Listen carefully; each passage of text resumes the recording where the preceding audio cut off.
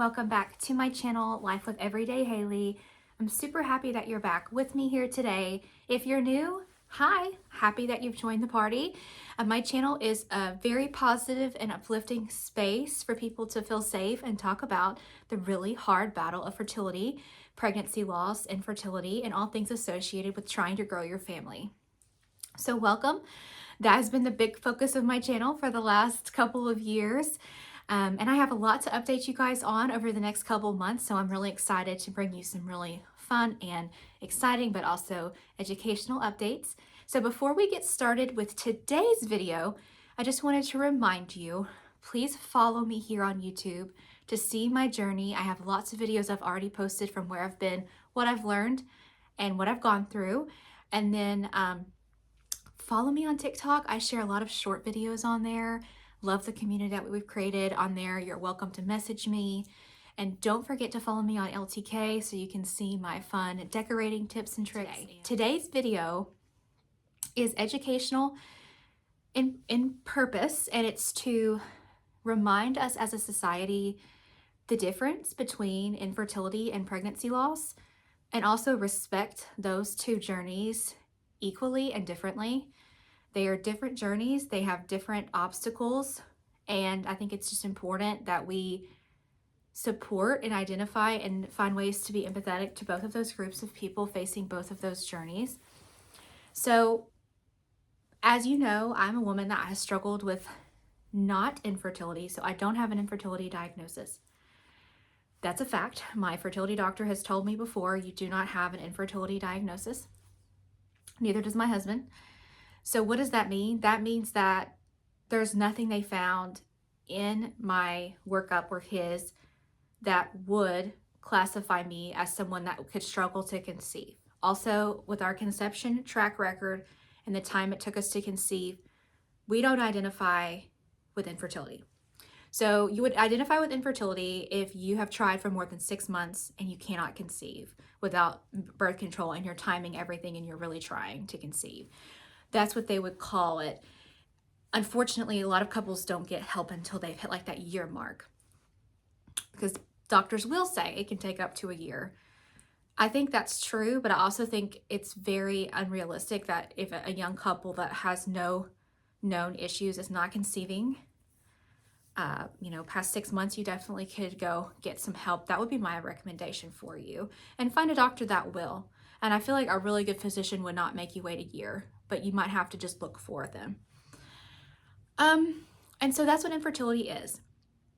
And I think, that's a really hard battle. Infertility basically means the inability to, conceive, and something's causing that. And so, I can only imagine how difficult that could be to try to conceive for long periods of time and just keep getting a negative test. That's got to be very mentally and emotionally draining, especially when you really want to have a child.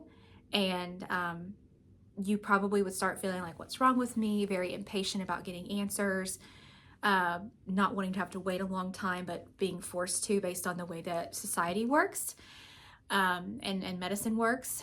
And I'm sure seeing pregnancy announcements and things like that would be really triggering.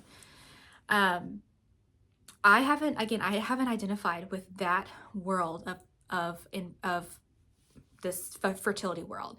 I haven't ever had that problem of test after test after test being negative.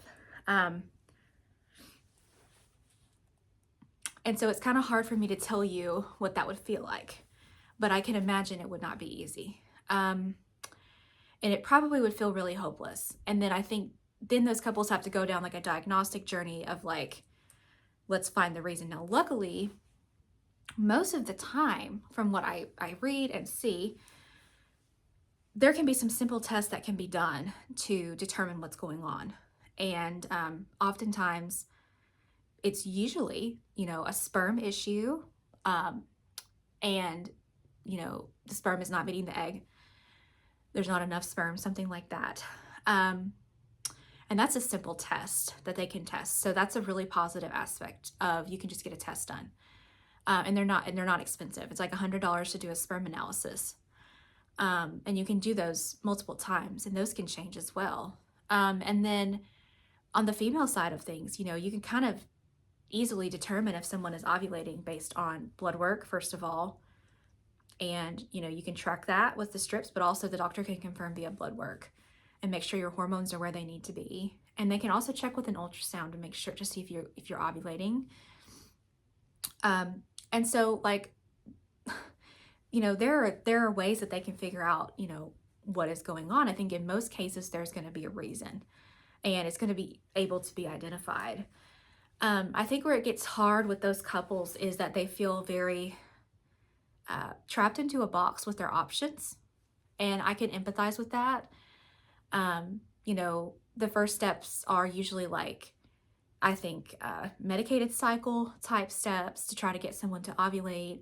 Men can go on medication to help with their sperm quality and count, which is interesting, and hope that that works. People sometimes have great success doing an IUI treatment. So there are options for couples, and fertility clinics are great about that. So if you do identify with that, I would definitely advise you to talk to your OB, GYN, about seeing a fertility clinic, because I think they can help you more than anything. I think they're very good at helping couples like that. I think that's probably one of the most common reasons to visit a fertility clinic is, like, we're not getting pregnant, what's going on? And there's lots of reasons for that, like I said. And I think a big reason for that in women is PCOS. So many women identify with that. Endometriosis can be another factor on the female side of things. Sometimes uterine defects can cause people not to conceive. There can be immune things going on. There's just a lot of puzzle pieces to put together, or it could be a sperm issue, like on the male side. But thankfully, there's a lot that they can do for you. And then unfortunately, if medicated cycles and IUIs procedures and things like that don't work, you would unfortunately probably have to choose IVF. Now, I will say this, my insurance we looked into this, we never needed it, would have covered medicated cycle for me, would have covered IUIs, like 6 IUIs in a year's time. And so my fertility doctor was like, if you guys choose to do that, we have that approved, it might help your chances of conception. We thought about it, but we did not pursue that because we didn't really feel like I needed it. And I didn't need it with my track record. So, but it was nice to know that those were approved. Those can be expensive procedures. Ultrasounds are expensive. Some people's insurance won't pay for the medicated cycle drugs. IUIs can be pricey. So the whole journey is pricey, and that adds another level of financial stress. And then obviously we know that IVF is extremely pricey. And not only is it extremely pricey, it's not guaranteed. And I think I'm heartbroken in this world of fertility because people think that IVF is like the magical fix for every fertility problem. That's just like a stereotype misconception. And IVF is not, and it doesn't work for everyone. In fact, it's extremely expensive, and I feel like the risk is still high that it might fail. And so it's just a very, very interesting thing. I'm still trying to wrap my mind around it and how many people do multiple rounds of it. But I will say this, I have been made aware and done some research on it, and like the more rounds you do, the higher your chances are of having success. So these poor couples, like it might take them 3 or 4 rounds, but eventually, like most of the time, if everything works out, it does work for them. And so I just want to say, I can't imagine how emotionally exhausting and draining IVF would be. The bodily preparation, but not only that, the financial, I think that would just send me into a tailspin to not even know if it would work. And then if it doesn't work, how heartbreaking that would be, and like the bills that you would have, and like then you would feel hopeless and you would feel alone and you would feel like, what do I do? That's a really hard battle. And I'm making this video because people just don't realize like how much goes into trying to have a family for a lot of people. And it's so deep and it's so real. And it's just, I know that for the majority of the world, people just have sex and get pregnant. And sometimes it's even an accident. You see it in the movies, you know, all over TV. But like for a lot of people, it is not like that. And like they literally do anything they can, sacrifice their body in so many ways and their finances just to have a family. And we need to be more empathetic and supportive to these people in our society. And I will say that positively, I do feel like people that go through IVF usually are very, and at least these days seem to be very open about it. They try to be encouraging and share positively about it. And they seem to get a lot of support from people about it. People seem to be like, yeah, good job, good luck, you know, hope it works, you know, positive vibes. And so I do see a lot of that. Like people get rallied around in that aspect. And I respect that. And like what I mean by that is like you see a lot of videos on social media about people like TikTok, like going through their IVF journeys. Like that's all you see in terms of the fertility world. You don't really see anything else. You just see people posting about their IVF journeys. And so I feel like they do get a lot of attention, and I feel like they do get a lot of like airtime and like on social media, and like they get a lot of they're trying to educate people. Like there's a lot of education out there about IVF. Just search it on TikTok and you'll just be flooded. So I just feel like in general, people celebrate it, they document it, they, you know, share it. And if that's their way of coping with it, that's fine. But there's a whole nother world of fertility struggle, which is pregnancy loss, which is what I identify with. And that's kind of how I want to shift to talking about that now. That is not celebrated, not empathized with, not, there's no education about it, and nobody really talks about it.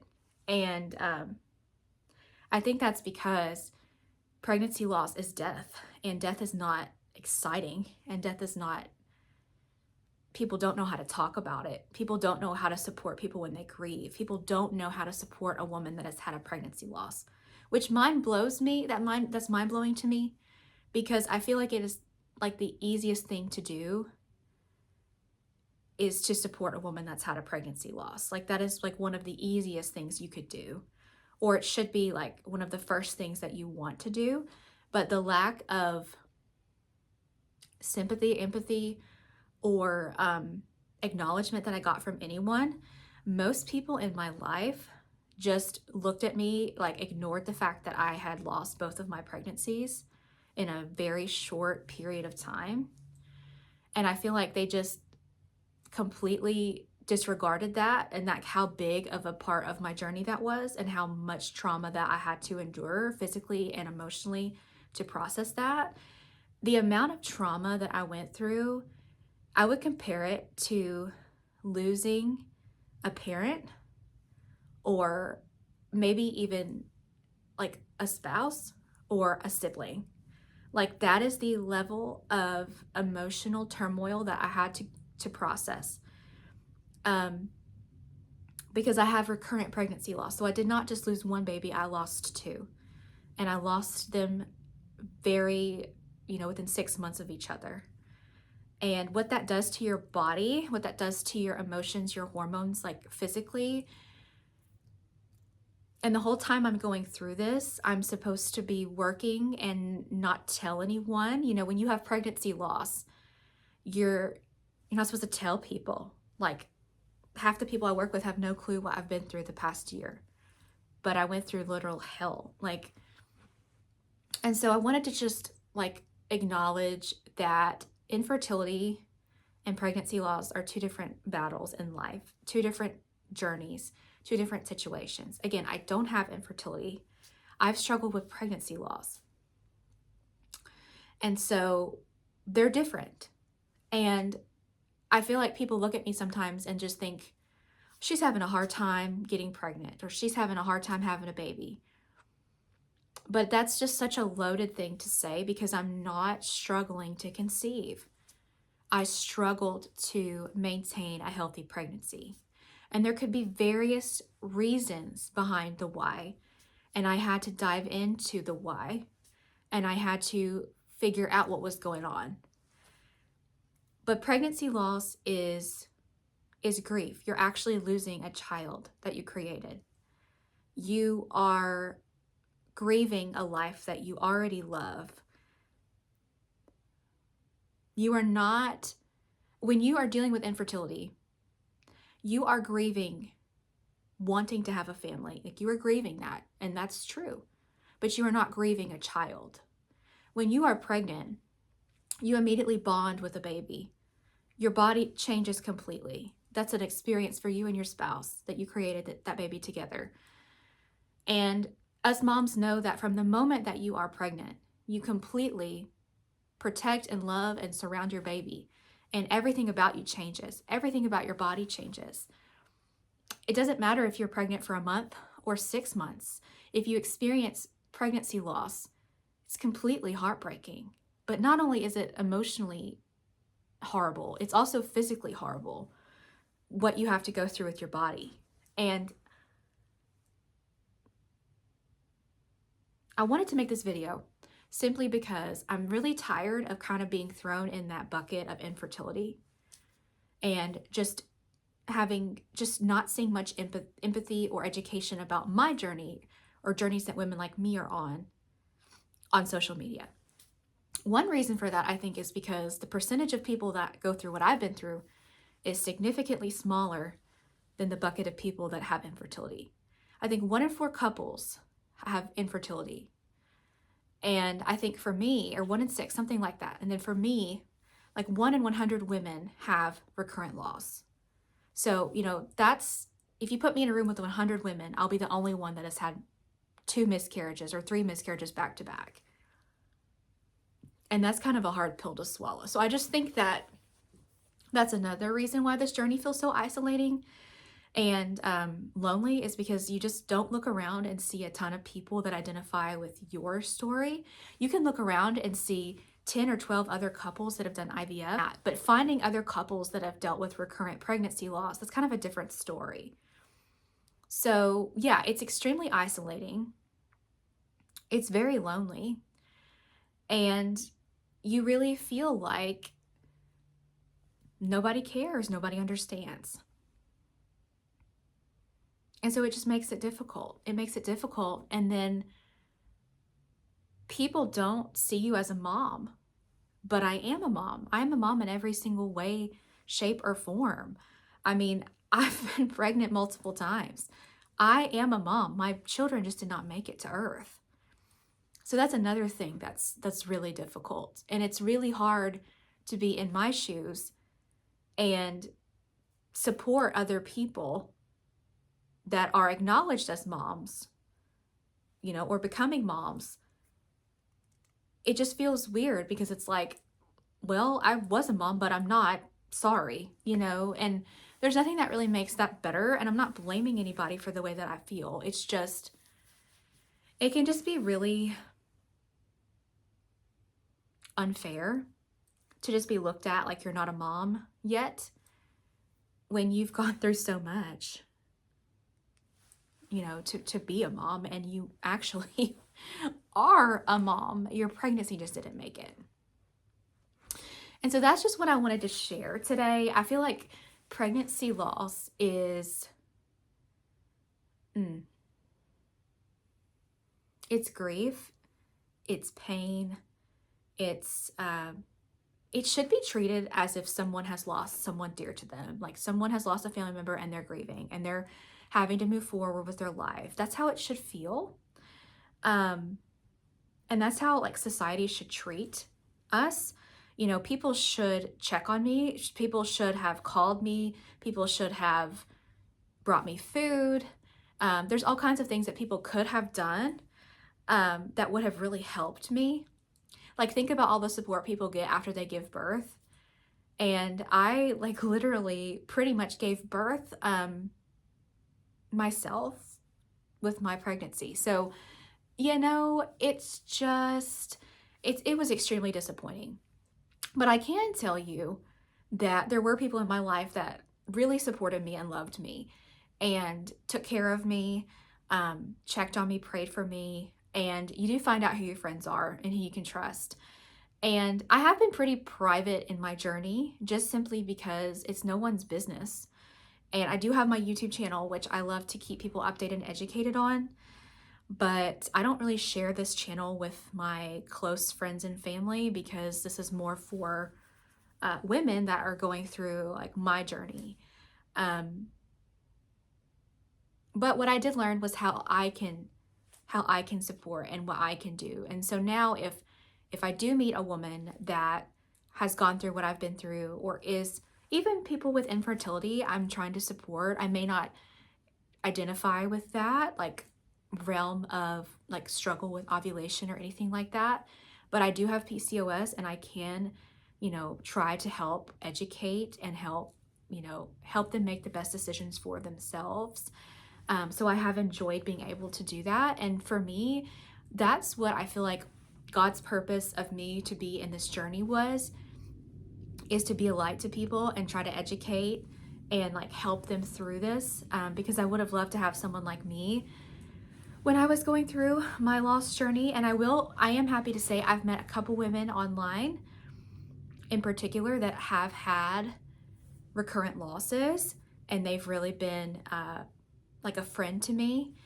It's so nice to find women that identify with your story when pregnancy loss is so isolating. And actually, the women that I'm thinking of, both of them have gone on to have their rainbow babies, which is so reassuring and so wonderful to see. And that's the last thing I want to say about it, is that luckily, if you have recurrent pregnancy loss, what I found was that most fertility doctors basically just tell you to keep trying, because I had 2 losses and most of them were like, just keep trying. I met with an IVF doctor. I said, do I need to do IVF? Like, what is going on? And he was like, no. And he basically turned me away. And he's like, you need to keep trying. He's like, down the road, if you continue to have issues, you need to come back. But right now, no. And he basically said goodbye. And at first, I was kind of annoyed by that because I'm thinking, I've had 2 losses. You want me to just keep trying? But then my husband was like, hey, this doctor is being honest with you. And he's trying to save you thousands of dollars. And he's telling you don't need this. If he felt like you needed it, he would tell you to do it. And he was like, based on your age and everything, you just need to keep trying. He's like, miscarriages are so common. And he wasn't trying to be disrespectful. He was really saying miscarriage is so common. It happens in 20% of known pregnancies. Keep trying. And so, yeah, I appreciated and respected his opinion. And I also always had that door open if I need to go back to him.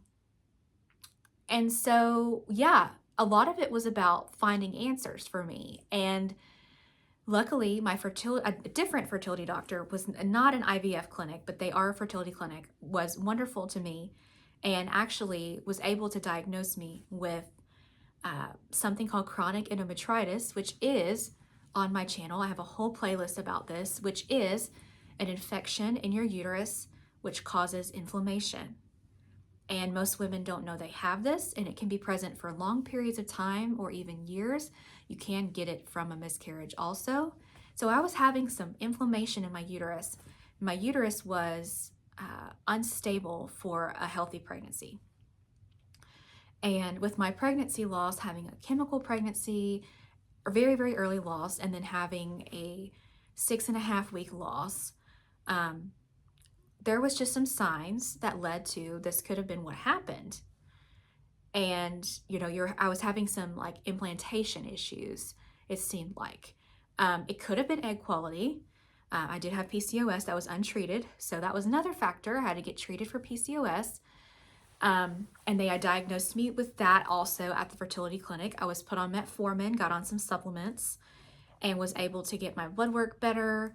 I was able to get rid of the inflammation in my uterus, which I think led me to success.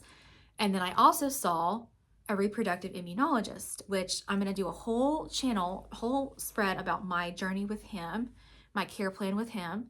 I decided to see him because I have an autoimmune condition and I have been researching about autoimmune pregnancy struggles.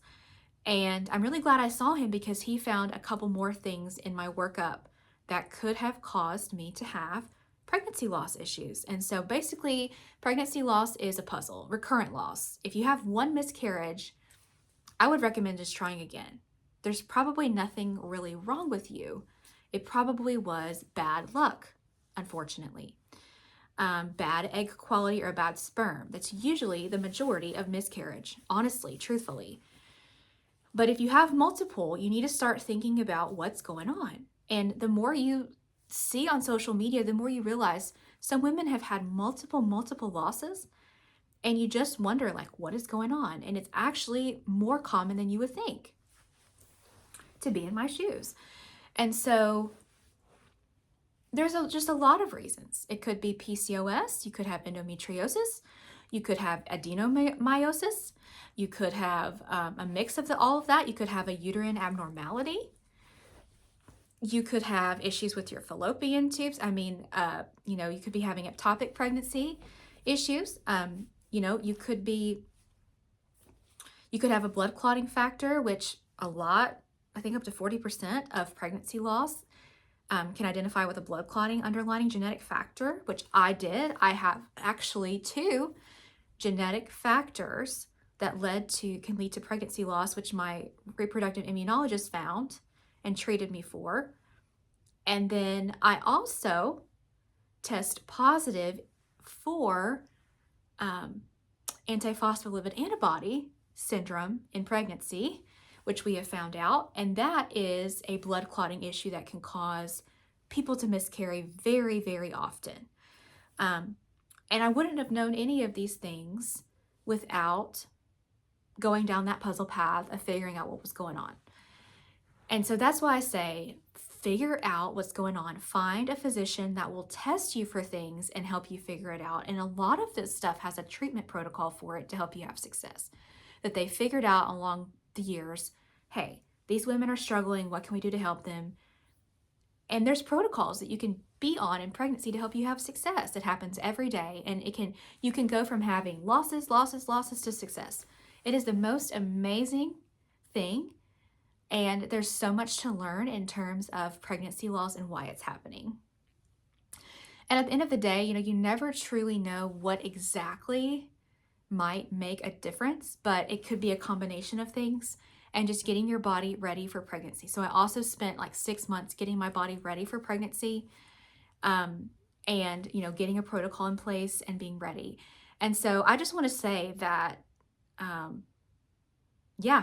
there's a lot of hope, actually. If you've had pregnancy loss, there's a lot of hope, and there's usually a reason behind it, more than one. And you kind of just have to dive in, find a physician that's willing to test you for things, and then develop a protocol for you to say, here's what I see, and here's what you should, here's your treatment. And it's just amazing what that can do. You have to be brave. You have to be willing to step out of your comfort zone and try again. You have to be willing to just be courageous and know that I don't know what's going to happen. And it's the most terrifying thing in the world to put yourself out there again. But I just told myself, in order for me to have what I want, to be a mom, I have to do this. And there's no other way around it. And so if you are a mom that is trying again after loss, I just want to say you are the most, even if you just had a 1 pregnancy loss, you are the most courageous person. It takes a true courageous woman to do that. Like, I have, really just grown in my personal strength and my relationship with God over the past year or so, and really learned to put my big girl pants on and fight for what I believe in and what I want. And I just want to say that if you are trying to conceive again after going through that, you're pretty much the bravest person on the planet, because I know what that takes. And I know how hard that is to open up your heart to that again when you've had pregnancy losses. Like, that is probably one of the scariest things to do in life. I think I would rather go skydiving than deal with this. It is honestly nuts. And there's so much to it. And so I just want to say, I have the biggest respect for women that have gone through the battle of me as recurrent loss and then try again. And I pray that all of us find our success. I pray that all of us find our happy ending. And I really believe that we will. I believe that we do have to keep trying with the right support and the right protocol, the right physician to help us get there. And I hope to share in other videos, like my protocol. So what was found in my workup, like more in detail, and then my treatment protocol, because I do believe that I needed this protocol to be successful. And I'm excited to update you on that in the future. So as we conclude this video today, that's kind of the differences in my heart and mind between infertility and pregnancy loss. Both of them are crazy, awful, horrible things to go through. And nobody wants to go through either one of them, but they're so incredibly different. They should be handled so incredibly different by our society, by you, if you're going through them, by fertility doctors. Like, they're just different battles. They're different ways to treat. They're different ways to diagnose and investigate. And I just wanted to share awareness on that. So I hope that maybe from watching this video, you have gathered, oh, that's what it means to deal with infertility. Oh, this is what it means to have recurrent pregnancy loss. Because honestly, before I had recurrent loss, I didn't even know what recurrent pregnancy loss meant. It's kind of speaks for itself, but at the same time, if you're not used to that language, you don't know. And honestly, before I went through this, I didn't know that women even went through this. I didn't really even think about the fact that, oh, some women have multiple miscarriages in a row. Whoever would think about that? I knew that a lot of women had struggles conceiving and had to do IVF. I knew that for years, but the thought of like, oh, some couples can get pregnant and miscarry. I never thought about that because we're not taught about that. We're taught, oh, if you get pregnant, your body will just do what it's supposed to do. And I literally thought before I went through this that if I got a positive pregnancy test, that was it. I was going to bring a baby home and that was it. And I have just been my mind has been opened up to actually no. When I get a positive test now, I'm excited that, thank you, God, that my body was able to do this again. But it's not, like, for me, success is bringing home a healthy baby. There is a lot that goes on along the way of pregnancy, even from like the very beginning to the second trimester to the third trimester. Like, so much can happen. I am educated about that now. I have seen things.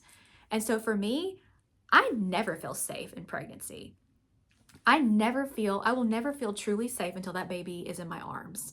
And at that point, I will feel safe. Okay, I did it. But until then, nothing is guaranteed. And I would just encourage young women to be aware of that and to protect their hearts and their minds, and couples to know that, because nothing is guaranteed. You get a positive test, that doesn't really mean anything. You have to get through that first trimester, that second trimester, that third trimester, and birth. And so I'm not trying to be a Debbie Downer. And I know for the majority of people, that positive test will equal a healthy baby, but that is just not the case for everyone. And it should be understood as such. It should be talked about. I wish that my parents, and the problem with that is that nobody in my family has struggled with this. No one in my family has had miscarriage, my immediate family. No one in my immediate family has had recurrent loss. And so like, I didn't grow up learning about it. My mom had me on accident. Like, I was a surprise. And she was actually on birth control. And so, she didn't understand the struggle. There was nobody in my family that could say, there's no guarantee you're going to get pregnant, or, just heads up, you might struggle, or heads up, like, I had losses, I didn't have that. I didn't have any siblings that my mom lost before me. But I will say this, because of my journey, when I have a child, whether it be a female or a male, I'm going to make sure that they know, number one, like, what we went through to get them here when they're old enough. I want them to know that they're loved and they're wanted and that we really fought. But also, I want them to be educated on this for the sake of their family when they go to have their family. That, hey, we had a really hard time. And if you do, here's what you need to do.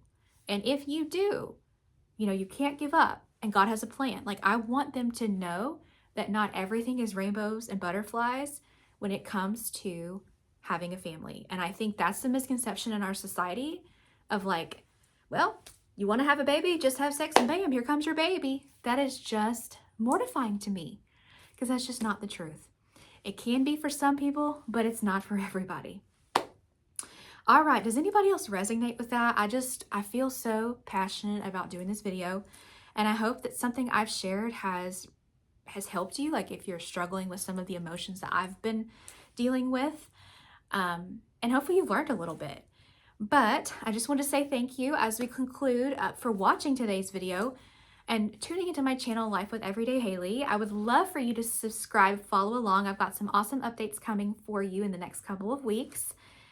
And I'll see you next time. To all of my moms and couples out there struggling, you're in my thoughts and prayers. You are not alone. There is so many people that understand, and God has a plan to get you through it. Thank you so much for watching. Have a blessed day.